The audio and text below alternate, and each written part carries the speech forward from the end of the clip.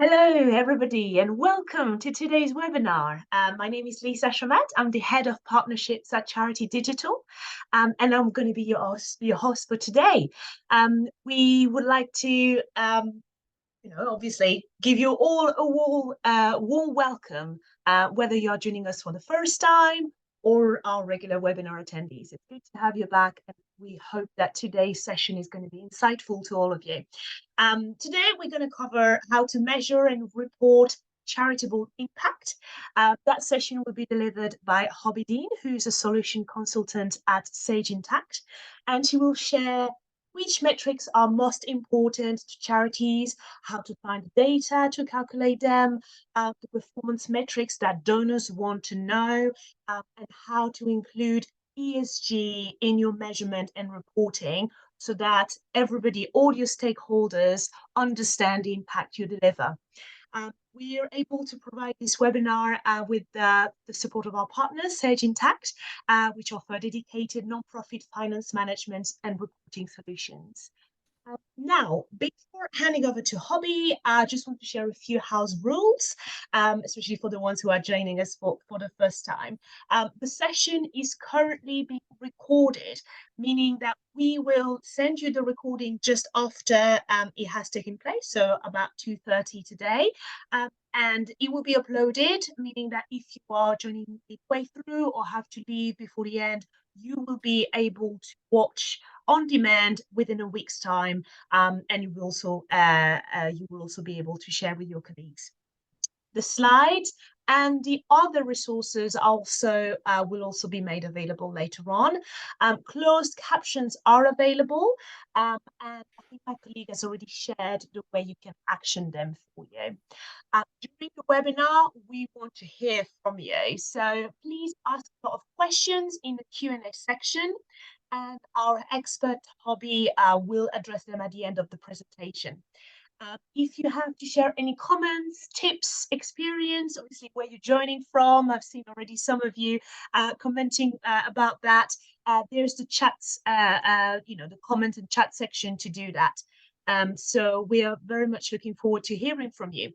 If there's a particular questions that you would like answered, you can also upvote them. So we will make sure that they get answered first. If you encounter any sound or image issue, please let us know in the chat and we'll do our very best to get the session back to normal. Finally, as our session is scheduled to last for an hour, please remember to share your feedback by using the form which you'll see appearing at the end of the session. And I think my colleague will also pop the link in it. So we want to make sure that what we are putting together is of help to all of you and is of value. So your feedback would be much appreciated. And now, without further ado, let me hand over to Hobby for today's presentation. Hi, Hobby. Thanks, Lisa. Appreciate that. So because we have just got an hour, my name's Hobby. I'm the Senior Solutions Consultant here at Sage Intact. Throughout the presentation, I will be using some Sage material, but I will make it very clear that other products obviously are also out there as well. One of the reasons I'm doing this session is in part of my role, I do get asked, certainly when people are looking at new systems, how do I actually measure and report on charitable impact? And as part of that, I've done quite a bit of research that hopefully you'll see presented in the material today. So the most important thing is when you got sent the invitation for this particular session, you'd have seen like an introduction paragraph, which I think is really powerful and really brings a lot of this material together. So the right metrics for the right organization are so powerful. They can do a multitude of things. They can help with defining the charity's future direction, not just for today, but also in the medium term, long term. That's really important, certainly in this current day and age as well. It will help improve decision making. I still go out and I still work with organizations that have got some information sitting in spreadsheets, some in a financial system, some sitting in a database somewhere else. But the idea of trying to put all that together and making sure those metrics are uniform as well is really important. I've seen sometimes in one system, they were counting visitors numbers Monday to Friday. In another one, they were only counting the visitors at the weekend. And another one, they were counting Monday to Saturday because they didn't realize they open on Sunday. So it's also highlighting the fact that when you're capturing the metrics, there's got to be some kind of commonality as well. But the most important thing is those metrics will also help you adapt. If you're not achieving the performance you're hoping to achieve for whatever reason, you've now got the evidence that will help you adapt and help you adjust what you need to be doing. But more importantly than that, all of this is really to help your audiences understand what you're doing, what your performance is, how you're measuring up, why you should be investing in your organization and the services that you can offer. So it's always hard to put these things together. I remember when I started ages ago, a long time ago, that I won't go into now. There was, where do I start with metrics? I thought I had to capture everything and anything because it was really important. Because if I don't measure this, then I can't report on this. And it kind of took over. Having got a bit more experience, having seen more wonderful customers like yourself, we are getting to a sensible point where, look, what is sensible, what is practical, and that's all we need to look at. So a lot of organizations I work with tend to work between 10 and maybe 20 metrics, but more towards the 10 side, because otherwise you get to the point where you're just capturing metrics for the sake of metrics, and it's actually not serving a purpose either for you or for anybody that's interested in what's going on. So just before we go headlong into it, one of the things is let's start sharing some examples of what charities are doing and some of the metrics that they're sharing. So I might be using, I haven't been seeing all the people that are joining this webinar, but it give you an idea of the kind of metrics and people are advertising about how they're doing and what they're doing. So some of these are going to resonate with you. And I also want you to note that as well, because what was it that resonated? Was it the volume? Was it the amount of money? Was it the cause? Because that's what you need to build in to when you're thinking about the metrics that are right for you. So here I've got an example with Mind. Now, again, I picked this information up from their annual report. And it was interesting because when I was looking at this, they were talking about it's all numbers as opposed to financial values, because what they're trying to look at is the reach of their information to different recipients. So, for example, how many queries they answered through a time period, how many people access their mental health information, because they were capturing every touch on the website, all the other things there as well. How many people shared their lived experiences? We always talk about if people understand what they're going through, you'll get empathy and other people will value that as well. How many people and how many times, sorry, they got mentioned on a website and how many times they're being used. So I wanted to give you that example just to sort of show you one side of metrics. Another side is Deborah. Again, I went onto their website, sort of said, well, what is it you promote about yourselves? And again, different metrics, again, very statistical. So they're the 8th largest, how many volunteers and staff they've got, how many actions they've cleared, working with 4 national centres, how much research projects they've been doing, how many professionals are involved. So every one of these examples I'm showing you so far is trying to work on their audience. If I now look at this example, UNICEF, this is one of the first ones I saw, doesn't mean they don't exist out there, where it's actually introducing financial information as well. So you can see not only the financial information, but where is it in terms of performance? So it's 30% on last year. Everybody knows about Soccer Aid. How much did Soccer Aid raise? How much money has been invested into various humanitarian emergencies? So they're doing a combination of statistical information and different projects they've worked on, but also with financial measures thrown in as well.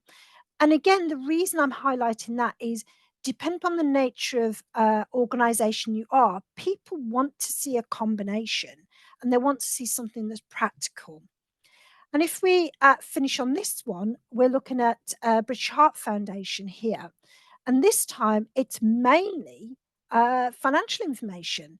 So you can see where their money's coming from, all the different areas, and also how a pound is being spent. Now, the reason I wanted to highlight that is when I was researching this time last year, everybody had where your pound is going, how much goes into admin, how much doesn't. Now, why does that matter to us? Because one, it's advertising what value we're offering to the community that we're serving. But a lot of people are like, I bet you if I give you a pound, then, a significant portion is going to pay those big salaries and things like that of your sponsors. So last year, everybody was doing, here's where your pound goes. But this year, there's more visuals very quickly like that, reducing costs. That's important because people are saying, oh, okay, that's not so bad. So most of the money I am contributing is going to that cause, and only 20 pence is going to the overheads, etc. So I deliberately wanted to label that just to show you how people are interpreting the figures and therefore deciding whether they want to contribute. So does it matter to you what data? Absolutely it does, because you're telling me different pictures. I won't name the charity. I saw a charity just, when I was researching for this session, it still said something like 47 pence. And I'm thinking, hang on, everybody else can do it for 20 or less than 30. How come your expenses are high? So it starts asking you to, starts getting you to ask a lot of questions. Data is so important to charities, as you're well aware, for a number of reasons. One, it helps you understand your income streams and obviously fundraising activities. People forget with this cost of living rise, obviously we don't because we live in that world, but people forget that, hang on, if I can't raise enough money, I can't sustain what we do. If I don't get the right relationships with the right donors, the right sponsors, I've got a problem and I may not be able to deliver the service I'm working with. We also need that data to support your day-to-day operations. I hung round the where is your pound being spent to show you that some people will look at that and say, hang on, okay, I can see they're only spending 20 pence. If you're spending more than what is the norm within the market, people are going, oh, well, no, most of my money is going to go for admin. I'd rather give where most of my contributions are going to the charity itself. We also tend to think in terms of data, the immediate term, the key thing that's important. But we need to think not just short term, we need to think medium term, we need to think long term. What is it we want to do? I'm lucky that some of the charities I work with have, through the planning that they've been doing, have been able to say, okay, if we can streamline our costs, etc., that means that I can reduce my costs over here. And that means, based on the inquiries I've been receiving, I can offer an additional service over here. That's the value of data. It also helps with accountability and stewardship. Of course, we're already, scrutinized by the charity commissions and obviously other funders and things like that. But it's really important because nowadays, all donors, all funders are looking at allies, if you like, in the charity world that represents their brand, and vice versa. You also want to make sure that if you're working with certain sponsors, certain organizations, it's got to support your charity means, and they're going to want to see how things work. Help with risk mitigation. Data is important in that sense, in terms of like the digital footprint. So, for example, if I was to raise an order in your system, taking it right through to payment, how and what means am I using to do that? Is that expensive? What happens if somebody removed one of those systems in that chain? What would the implications be? Well, if I don't know the data, if I don't know how many orders I'm processing, what values of orders I'm processing, I won't truly understand the impact. The fact that, if I can't raise this order, I can't deliver this service tomorrow, I can't deliver food tomorrow. So it's all about understanding your organization and understanding the metrics associated with that. And you'll also see more and more people are using that evidence to deliver even more effective decision making. Before, there was a time when it was always about money and things like that, about what we can deliver for the service. Now people are thinking about volumes. How many people can we support? How many people can we help? So you need to have that effective decision making tools at your fingertips to make sure you're doing all the right things. And in all the conversations in a lot of the organizations I go and see, we forget the last point. we're doing so much for the outside world, we forget, hang on a second, you guys are doing amazing work internally. Don't forget to tell your team, because of the differences they make, because of the fundraising they've done, we've really managed to make a difference to, this many people. And thanks to you, we've managed to do this. It's a real big motivator. And why does that also matter? Because very shortly we're going to start talking about ESG. And ESG is about people, letting people know, making sure they're trained in the right way. And if you don't know you're not training them in the right way, you haven't got the right data. So all data is obviously important, and it's really key in how people do things as well. So let's now go back to basics. You've seen some of those examples of what and how data is being collected. So think about who the target audience is internally and externally. So alongside working with Charity Digital, I also work with Charity Times, and they did a bit of research in terms of who and what do people typically need. So they were saying that 88% of their funders or donors agree that impact measurement is really important, because it's the only way they see of how they think their money's serving that organization. And it helps them understand, is the money being used in the right way, the wrong way, in the best efficient way? Without that evidence, they can't see it. And some of them want to see it just at detail level. Some people want to see it at detail. Some people want to see it at summary level. It's just about making sure that they get that. Donors want to know. So the other thing, when you're putting out your metrics, remember I said to you when I was bringing up those different examples, what points resonate with you? Because donors are also trying to find some hook, for want of a better description, to say, right, if I contribute, how am I making a difference? So it's important that you know the nature of your charity. Obviously you do, but it's also important about, how are you demonstrating your performance to these other to the potential donors and sponsors and anybody else that wants to possibly work with you. It's got to be meaningful. Just some of the things I see that clearly don't go down well is lots of writing, and you're playing hunt. What's my key information? I don't understand it. I don't understand what they're trying to say to me. So it's really important that when you're working on the metrics, they've got to be simple, meaningful, ideally visual, because I'm like most people, I don't like trying to hunt. What does that mean? What's the cost of their pound, or how much do they spend internally? It's got to be important, impactful, and it's got to resonate with their mission as well. And then ultimately, you have to do this because your own internal controls, etc. You've got to demonstrate transparency, accountability, and stewardship. More and more sponsors that are starting to work with charities, etc., are saying, hang on, I'm trying to be whiter than white. You prove to me you're whiter than white. I don't want anything to get into the bad press about either party. So it's about making sure you pick up the right information. So knowing what people want, your target audience outside, and knowing what people want internally is also vital. Part of that is think about a relationship with all the different departments within your own organization. I hear so many times, fundraising, leave them to do what they need to do. Management will go, leave finance to do what they need to do. I don't need to worry about that. I'm just here for this. Make sure you collectively understand what it is in terms of your role and your mission as a charity. Because if you can agree the consistent message, then you can relay the metrics more clearly as well. People have got to understand what those funding requirements are to honour the commitments that are already out there.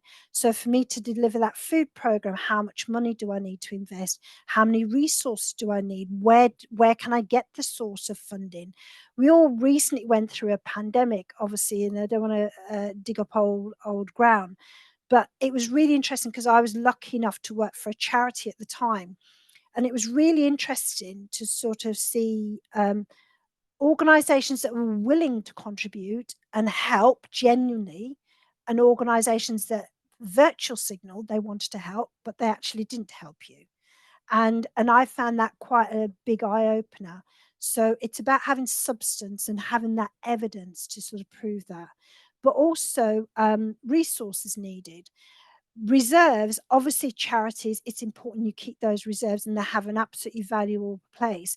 But I'm talking to more and more charities where they're being told, hang on, I get the value of reserves, but maybe we can use more of that to deliver on the services that we're looking for. So again, it's organization by organization. Some organizations say, no, it's sacrosanct, I have to leave that there because otherwise that's part of delivering the service. Others are open to sort of changing some of that information itself as well. But the most important thing, it's got to be collaboration required. Why does that matter from a metrics point of view? Well, because somewhere somebody's going to capture the information for the fundraising department. What campaigns have you got? Well, how would they capture that if it's not held in a finance system or a CRM system or a marketing system? They've got no way to capture that. And without fundraising telling finance how much money they're raising or where they are, finance can't help the other parts of the business plan what they need to do. So it is a true collaboration in every sense of the word. You already have a financial sustainability plan, all charities do. But it's also worth pointing out what are the metrics you've actually got in here as well. Have you got strategic metrics that you're monitoring, operational metrics and cultural metrics that you're monitoring here? Again, what are those that are short term, medium term, and long term? Because when I was working with Charity Times, they found through their own survey, so many people were looking short and medium, and we get the reason why. But it caused a problem because once they go over the short and medium, somebody, oh, hang on, better think about long term because we didn't think we'd get to that stage. But it is about a different mindset. And also in terms of metrics, things are changing in the sense that people are also now starting to look at ESG. ESG was so big in lots of corporations, it's now becoming just as important in the charity sector. So, what are you doing in terms of your environmental contributions? What about your social contributions as well and your governance? So, for you to win certain contracts and things like that, you've got to demonstrate your ESG agenda.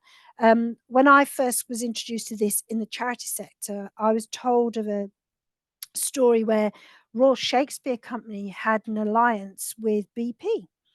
And people were saying, no, I'm not going to contribute to you unless you drop your relationship with BP because they're fossil fuels and I don't agree with that. So they found that as soon as they dropped their relationship with BP, funds went up. And you'll see that in a lots of organizations as well, in terms of what alliances they form, how important it is.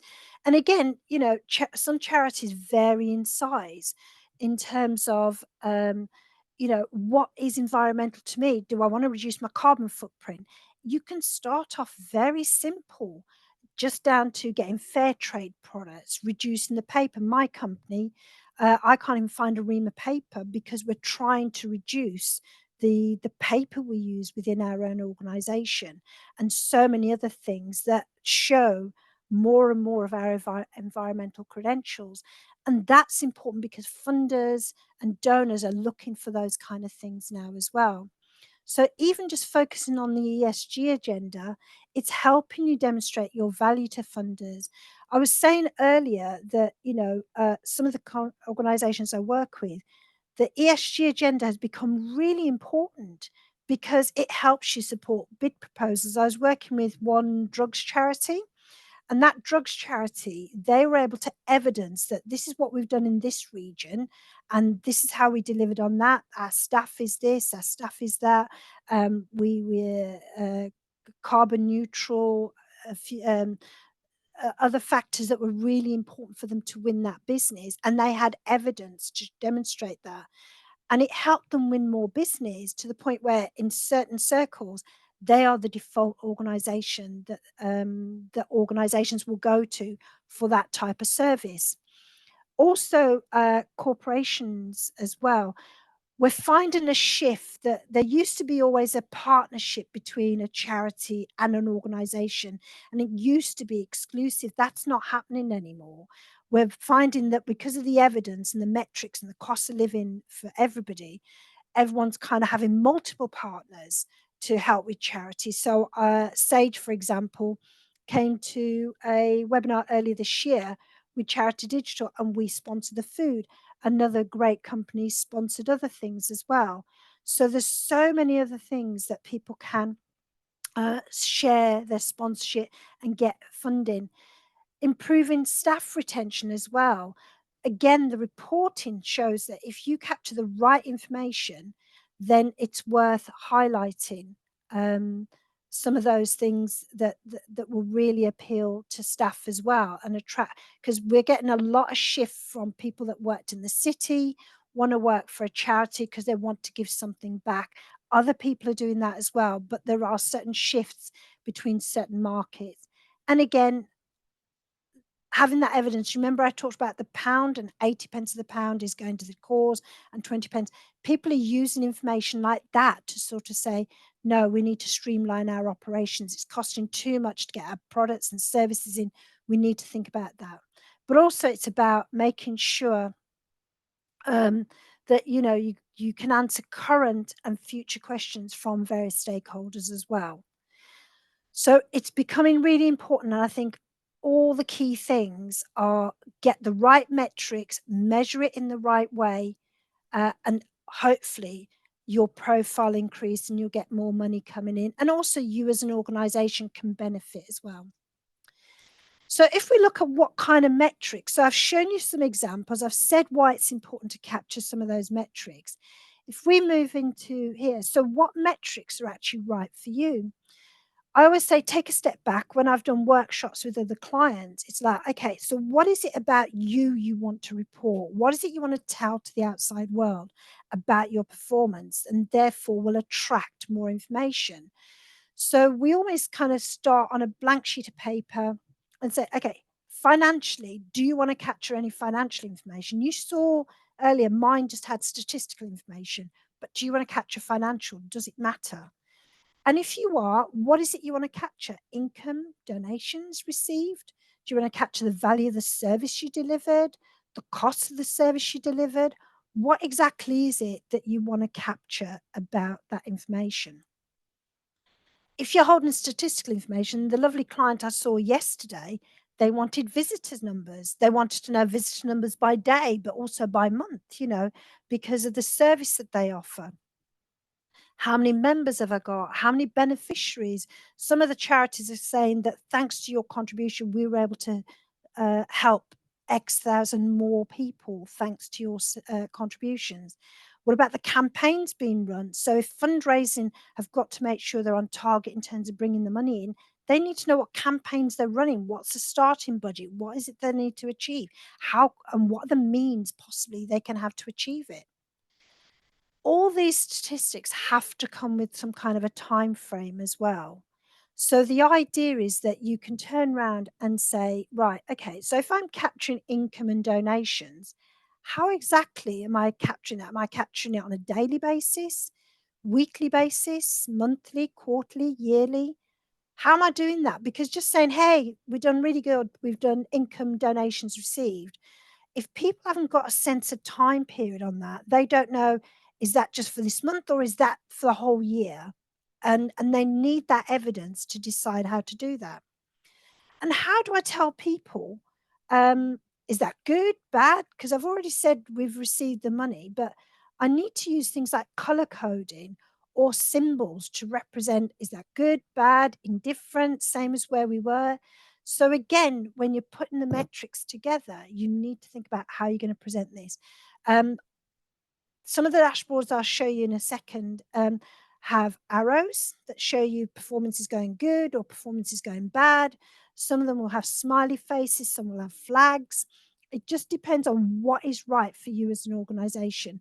And obviously, when you saw the annual reports, there was no sad faces or anything like that, because those annual reports were just stating exactly what it is you're trying to achieve. Whereas internally, you might want to say, hang on, fundraising, I'm afraid we haven't got to the target yet. Maybe you want to do a boost campaign or something like that. And then the next question is, where do I track all those metrics? So I know I want to capture income and donations received. Exactly where am I capturing that? Do I capture it in a financial system? One assumes that's where it's going to be. Or do I capture it on a spreadsheet? Or do I capture it on special tools? I've also seen examples where somebody's created an Access database, and in there they just have like, it felt like loads of metrics, and then they just physically typed in the number based on some of the reports they'd run in their financial system, and they couldn't in the financial system report that information. So think about what it is you want to measure, where are you going to measure it, and how are you going to try and present it. But also think in terms of who you're going to share the results with. So, is it internal stakeholders, external stakeholders? The reports that heads of department or senior managers within the organization see are very different to the reports that maybe trustees see, maybe other external stakeholders tend to want to see, but have a lot of influence. So think in terms of that. Remember, it's got to be simple, it's got to be graphical, it's got to be impactful as well. And again, who and what are the best vehicles to share that information? So is it on an annual report? That's where I got a lot of my information. Is it on dashboards? Is it on reports generally that you can run within a finance system? Excel spreadsheet? Is it part of board packs?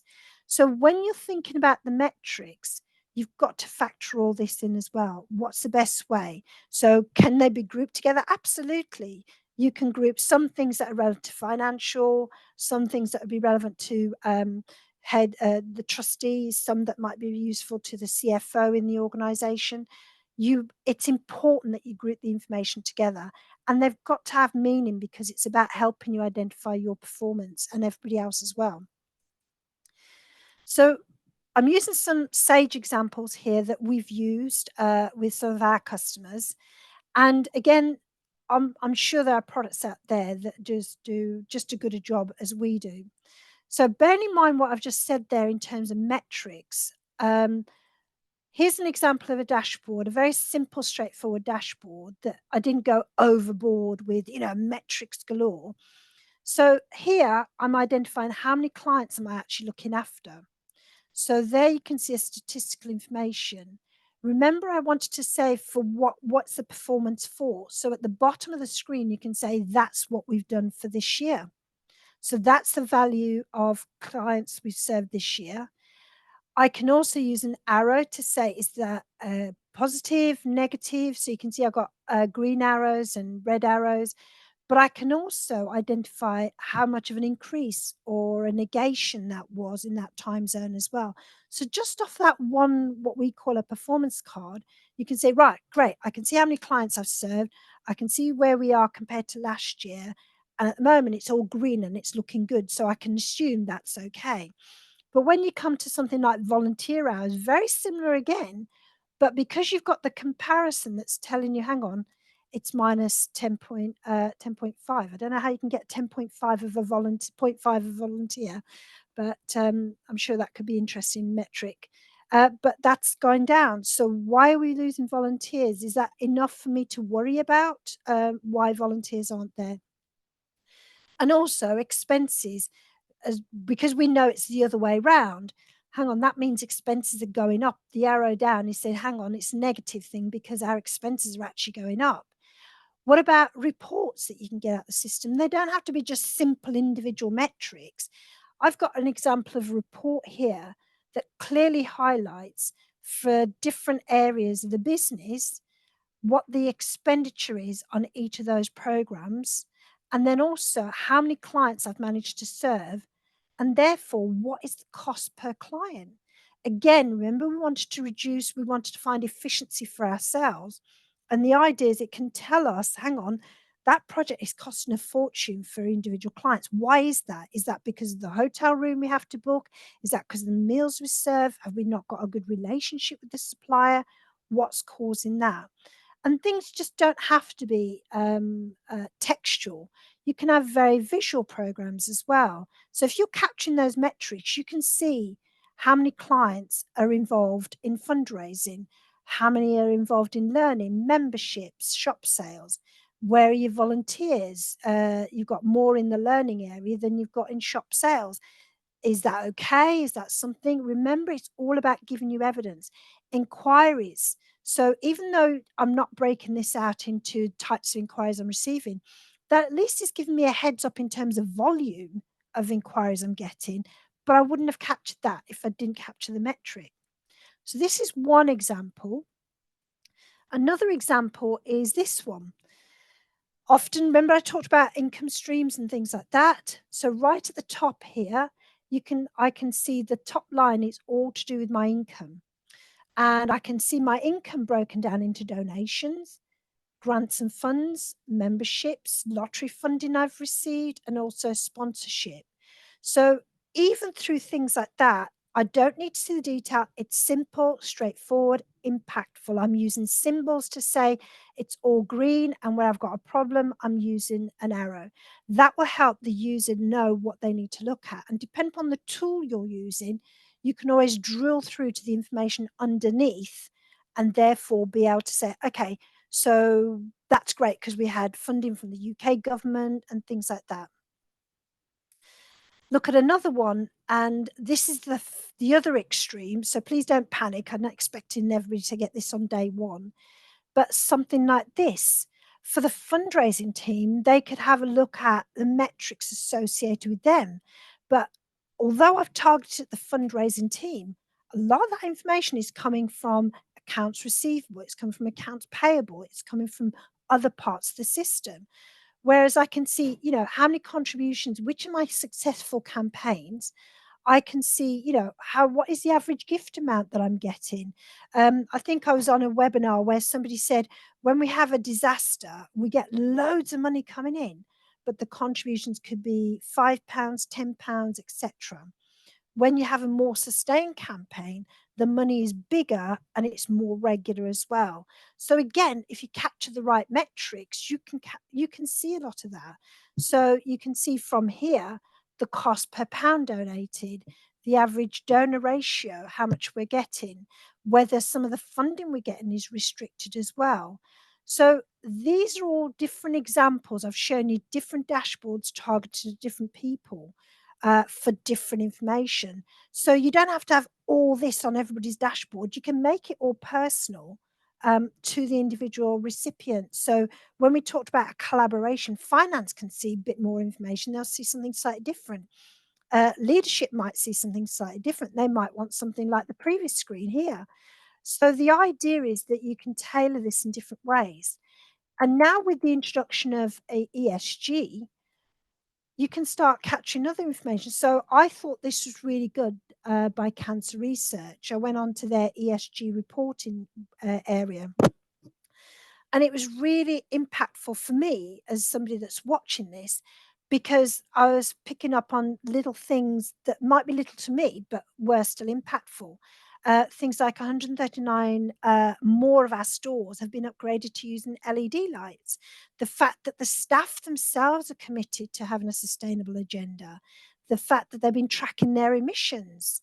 The fact that, our own emissions are up 20.8% on where they were. So it's about capturing the right information, and there's different organizations with different guidances on ESG. I think somebody typed in the chat things like the UN convention. There's other areas as well where you can follow the different rules. At the moment, a lot of the charities I'm working with are just trying to take it in piecemeal and do what they can do, and then they will keep an eye out on other agendas. So for example, this one here, as I said, was United Nations one, and Cancer Research has identified what their primary goals were, and obviously what the secondary goals are as well, and how they want to do that, how they're going to target that. So they're educating the viewer to sort of say how they're going to achieve that. How impactful is this? It will increase your reach. It will increase more contributions. It will add value to your organization, because it's making people think, certainly if you're going to go into a public sector contract, they always care about these kind of things. So how do you communicate the performance? So you've got all these metrics, you know how you're going to quantify it, you've decided how you're going to measure it, you've decided what the output's going to look like. But who do you need to communicate different performance to? You could argue a lot of this could have happened a bit earlier, because you almost need to say, who am I targeting? What do I need to target them with? But the idea is you've got your internal stakeholders. When we're creating our product, we've always got them tailored to different users and things like that. So with the dashboards that you just saw there from Sage, we have different dashboards for different types of users. So I've got one for the budget manager, one for the fundraising, one from the CFO. So it's all geared so you can tailor that appropriately. Team members, don't forget to remind your colleagues. We can need to tell them how well, thanks to you, we've had a surge in services that we can offer because of the relationship, thank you, that you've created with the community that you're working with. It's really, really good. Board and trustee members, the days of, the pre-packed reports, which are still there, are becoming limited because more and more people want to see that information online. They just want to see the visuals. They don't want to see the detail. So that's becoming quite important as well. Funders. Some funders want a detailed synopsis, as you know, of how you've used their funding, how it was not used, etc., what's left. Donors also want to do that. Sponsors want to see what you're doing. So you've got all these organizations that are actually looking, and individuals that are saying, show me, use your metrics to tell me how you're doing. And again, this was the report done by Charity Times, where they said a lot of people still go and get the reports off annual reports. I did it. I did it for the purposes of this example, only because I couldn't find enough information on the website. I did go onto social media, but again, even that was a bit restrictive. So I couldn't get the impactful messages without going to the annual report. And as you can appreciate, the annual report is a moment in time. I don't know what's happening today. Did they solve this? Have they done that? So it's really important. Newsletters. If you're a regular contribution person to charities and your own charity, we'll be sending out loads of newsletters telling people what's been going on and how people have spent your money. That does have a massive impact. And again, this was the research that we did with Charity Times. So knowing what you now know, these are the ones that stood out for me to sort of say these could be examples of good ones. So here I worked with, I took the information from St Mungo's, a homeless charity. And again, they've got a number of metrics in here. How many clients made planned moves from our residential services, easy for me to say, where they were in terms of the success rate. So 86%, given the current climate, that's not bad, well done. And how many people they supported, people they provided housing with. Because it's St Mungo's, I'm expecting that kind of information. Was there anything else, because it's a charity, that I would expect? That should also be there as well. Another example is Great Ormond Street Hospital. Again, people sometimes say, but Hobby, this is big charities. Of course they can do that. But I've seen small charities that are helping people out of poverty, and they've got a simple dashboard on their website. Don't even have to wait for the annual report, where it tells them how many people they've helped, how many grants they've awarded, and things like that. So it's not just in the domain of these large charities. So here with Great Ormond Street, again, they've identified the support they've given in numbers, how many research projects, how much they managed to achieve from certain campaigns, how much they've raised through different activities that they're delivering. And that makes an impact. If you read that, you know who it's going to, you know what you're expecting, and does it tally with that? Because it's just about that. Does it make sense to go that way? And again, even they turned around and identified how their money is being spent. So where does the pound go? So people are expecting that to be reduced to a sensible amount. And therefore you can see how much has been raised, how it's been raised, and what they've gone ahead and spent. So there's a lot of information there in terms of reports.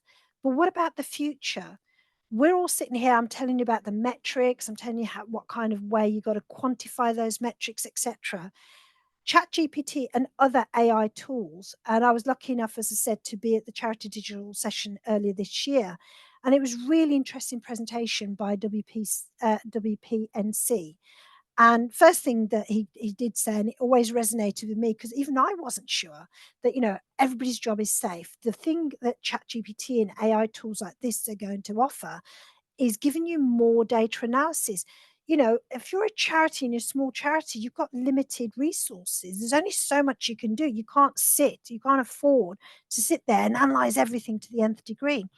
Whereas things like ChatGPT can help you with that. They can do and extrapolate more information. You can also, look at potential markets, other markets that you maybe never thought of, because a lot of us, for various reasons, have very limiting behavior. Oh, we've always done it this way because this is the most successful way. Get creative, get out there. Another interesting statistic that I found is that a lot of us, if we look at the demographics of who contributes to our charity, it tends to be people over 45 across the whole country, whether you're in any part of the UK. And yet we've got this whole base that are under 45 that most people aren't even targeting. We're readdressing that. I think British British Red Cross, I think they did a session not that long ago where they've started to gamify things.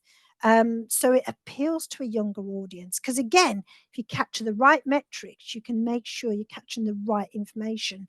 And therefore, you know who you're targeting, you know who you're not targeting.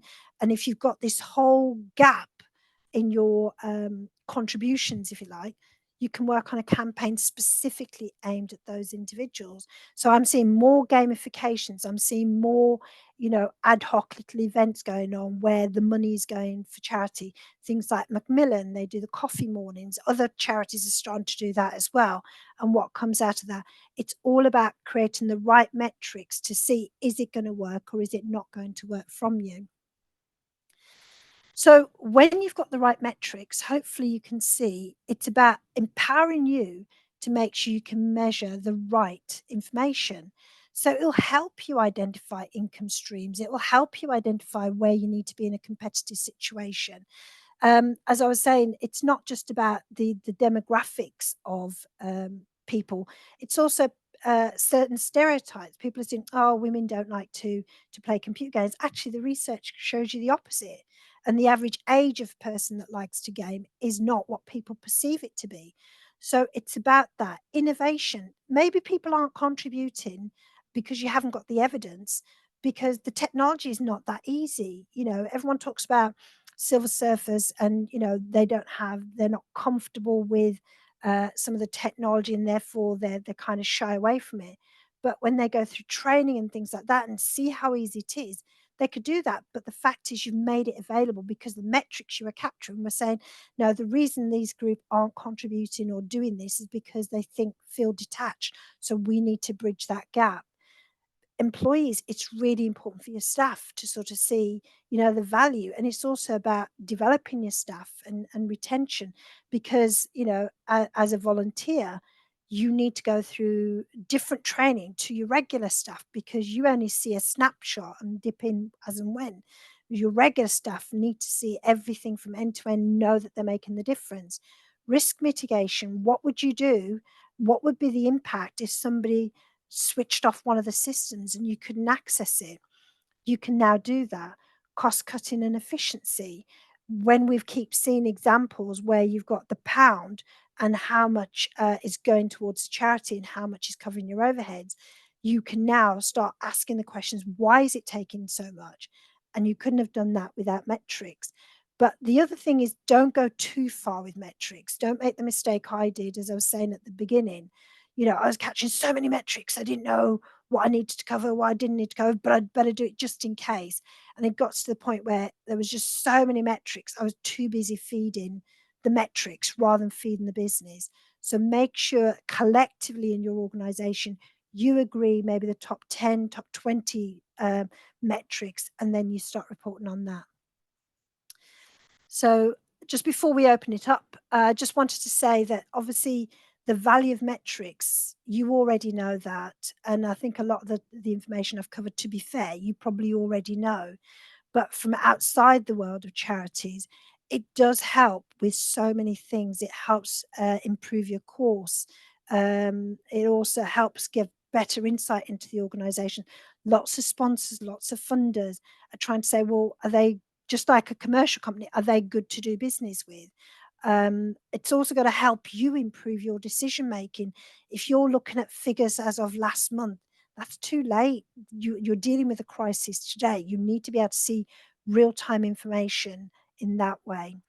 It will increase your reach and donations. As I said, if your target market is only a certain demographic, you're missing out. There are younger people that are more than happy to contribute, but you've got to attract them in the right way. And in some organizations, they are influencing policies. Some of the charities I'm working with, where they're increasing their reach nationally, they are influencing government policies and NHS, and changing the way corporations see them as well. So they are changing for the better good, but because they've got the evidence there, it makes sense and it all falls into place. So we're going to open up the lines for questions. So if you've got any questions, please, I'll hand over to Lisa. Thank you very much, Hobby, for this very insightful presentation. There's quite a lot of questions, which is a testament that loads of people really resonated with that. So I'll dive straight in, if that's Sure. okay. First question from Jane. How can I make my impact report visual while still being accessible? Jane is from a sightless charity, and so visually appealing content isn't important to people who are blind. Finding the balance is tricky. So perhaps, obviously, visual is important, but what else could be used? I think they're both absolutely valid questions. I think sometimes, and this is where I'm going to ask you guys, really, I'm going to make it an interactive one. There are so many tools out there, and I get told one tool and then I'll go to the next place and they're saying, oh, I hate that, it doesn't work, because as you quite rightly said, it's not suitable for blind people because they can't see certain colors, or they can't actually work out what the item is and how should it be presented. So I wanted people to say in the chat, what tools do you use for some of these? So in the examples I showed, I just use straightforward dashboards. And for people that can't see the screen, obviously for various reasons, there's usually a tool that allows you to sort of say, can you see the screen? And you can talk back to it and say, no, could you read it out? And there's tools like dragons that will actually read the screen information to present that. But you have to configure it. So don't take it as read that I just say, right, can you read it? You can actually program some of these tools to say, please, would you like me to read the information out to you? But again, the visual is really important because it's got to know, do I show in a red box, you have this number and this number represents that. So it's a bit of understanding what tools are out there and also the target market you're working at, because other tools may not read it out, but they have amplifiers. So what I mean is most of us that don't have visual problems, we can see it with glasses and that's it. But some tools are out there that will expand the screen and then actually show you the figures more clearly, so you can expand. And again, using a combination of Dragon and tools like that from RNIB, you can actually extend that as well. But there are a lot of tools. A lot of people like stick insects and, you know, try and show figures that way.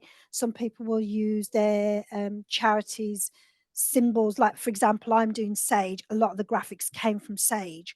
And I will ask our marketing department, could you do this? But I've got that luxury.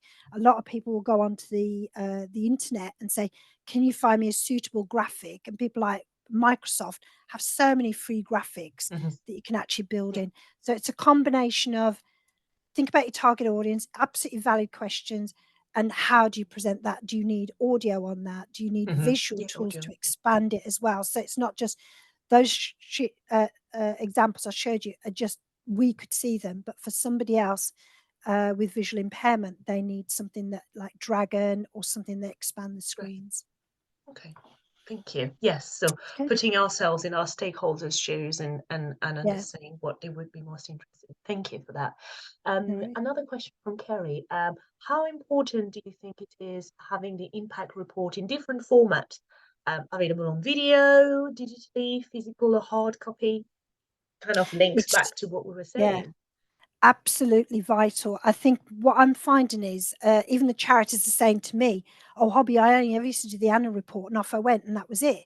And now you're getting people, "No, I've got to do a video," and actually, I'm doing it as a TikTok video as opposed to an Instagram video.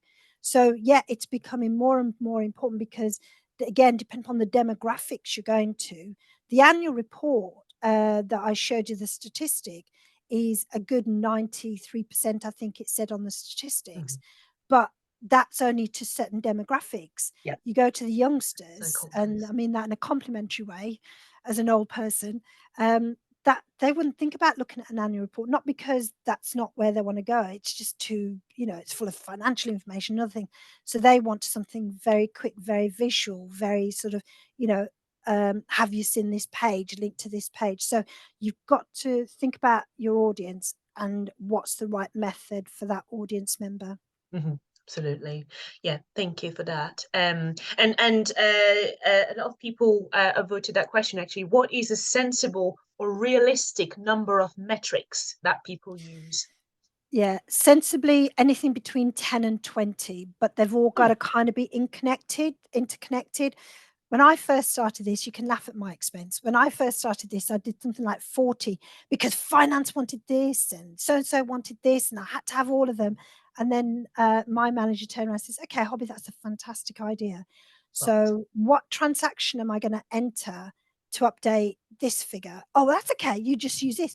And what about that figure? Oh, that. So, you're telling me to update all that information.